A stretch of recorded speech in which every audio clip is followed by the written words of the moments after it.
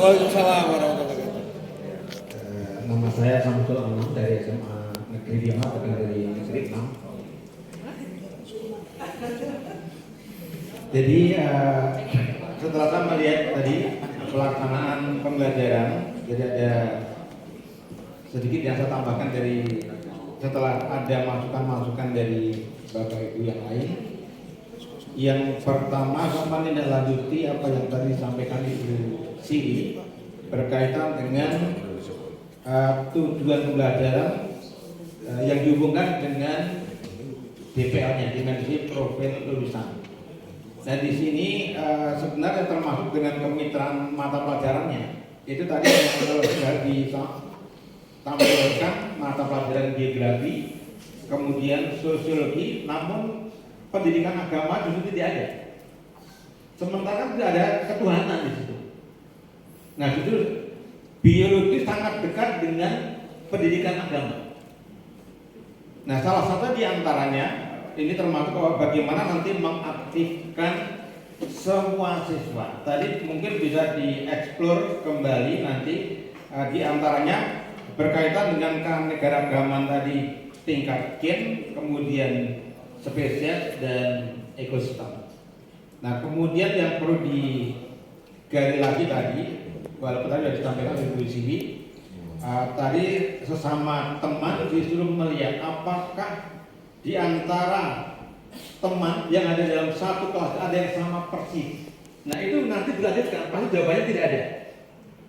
Nah kemudian itu bisa dieksplor kembali. Mengapa sesama manusia yang ada di kelas ini bahkan di muka bumi tidak ada yang sama persis? Jadi setiap pada persamaan pasti ada perbedaannya. Walaupun jumlah manusia itu miliaran triliunan, tetapi satu pun tidak ada dua manusia yang sama persis. Nah itu kan masih dikaitkan dengan agamanya. Itu salah satunya adalah bentuk kebesaran Allah bahwa setiap ada persamaan pasti ada perbedaan supaya Pak manusia bisa saling kenal mengenal. Walaupun kembar 16 tetap ada bedanya. Nah kemudian dilanjutkan, mengapa manusia itu tidak ada yang sama persis? Tadi kan sudah disebutkan karena variasi gen. Kenapa bisa terjadi ada variasi gen? Karena diharapkan jawabannya kan ada perkawinan silang. Jadi nanti akan masuknya ke apa? Ke ranah agama lagi. Nah kemudian kalau kita tadi bicaranya contohnya manusia, pada manusia tadi kan tidak ada dua manusia yang sama persis walaupun kembar identik. Nah kemudian kenapa ini bisa bervariasi? Nah ini nanti bisa masuk ke dalam pendidikan agamanya. Coba kalian nanti ke semua siswa bisa dilibatkan. Misalnya yang laki-laki kamu pengen tipe cewek yang seperti apa? Setiap anak ditanya satu-satu. Yang laki-laki tanya semuanya, sehingga semua terlibat.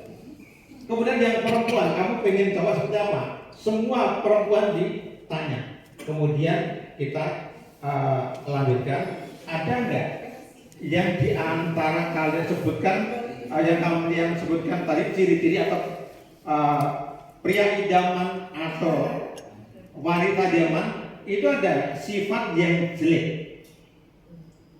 Ada enggak yang kalian sebutkan sifat jeleknya yang kamu sebutkan, kriteria calon istri suami, ada enggak? Pasti enggak ada. Nah, kemudian lainnya apa? Apa tujuan pernikahan tadi?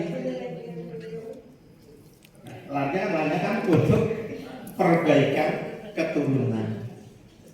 Nah, itu berkaitan dengan apa?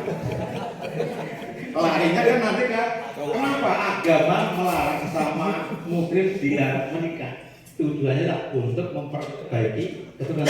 Agama lagi, semuanya kembali kepada agama, esensinya lainnya termasuk keanekaragaman tadi. Kenapa diciptakan beraneka ragam?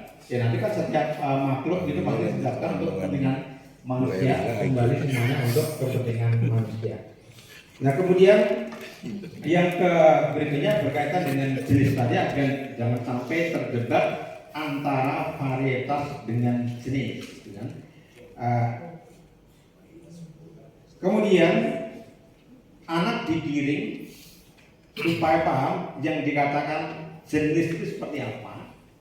Yang dikatakan misalnya hewan dikatakan masih satu jenis.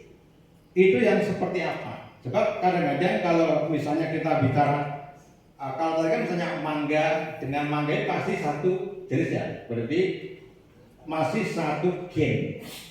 Karena mangga semuanya sama. Tapi kalau misalnya ada padi, jagung dan sebagainya itu kan sudah berbeda jenis, berarti kan keragaman tingkat jenis. Nah, bagaimana seandainya nanti kalimatnya?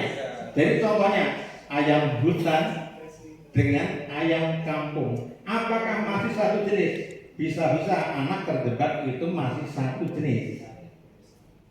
Bisa juga ini menjadi bukan satu jenis. Karena kita harus berhati-hati ketika menyampaikan itu apakah ada terdebat. Karena tadi saya sempat diskusi ini dengan Pak Bambang ya.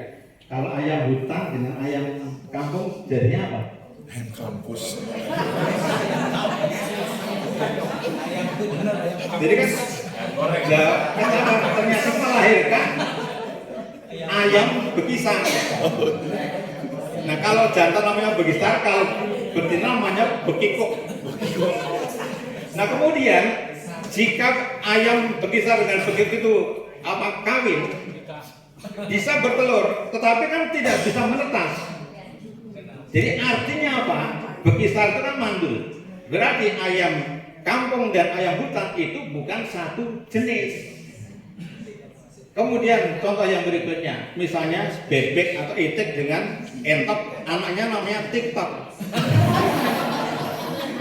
Jadi kebetulan itik dan entok, kan itu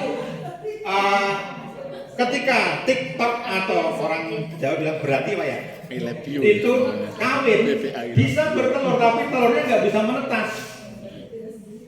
Berarti kan mandul, maka dikatakan bebek dengan entok itu bukan satu jenis lagi. Karena apa? Walaupun punya anak tapi anaknya mandul. Ini kadang-kadang bisa terjebak semacam sehingga pengertian jenis itu, pemahaman tentang jenis itu harus benar-benar ditanamkan agar nanti ketika siswa itu memberikan contoh menghadapi soal itu tidak salah. Contoh sama-sama orang ya Pak ya, itu belum tentu dikatakan satu jenis Pak. Misalnya dari sambil dianggap bercanda anak itu biar situasinya menjadi cair. Coba apakah orang dengan orang hutan itu sejenis juga? Coba sendiri. Apa dikait dengan orang hutan? Kira-kira bagaimana? Yang pasti nggak bisa menetes Pak.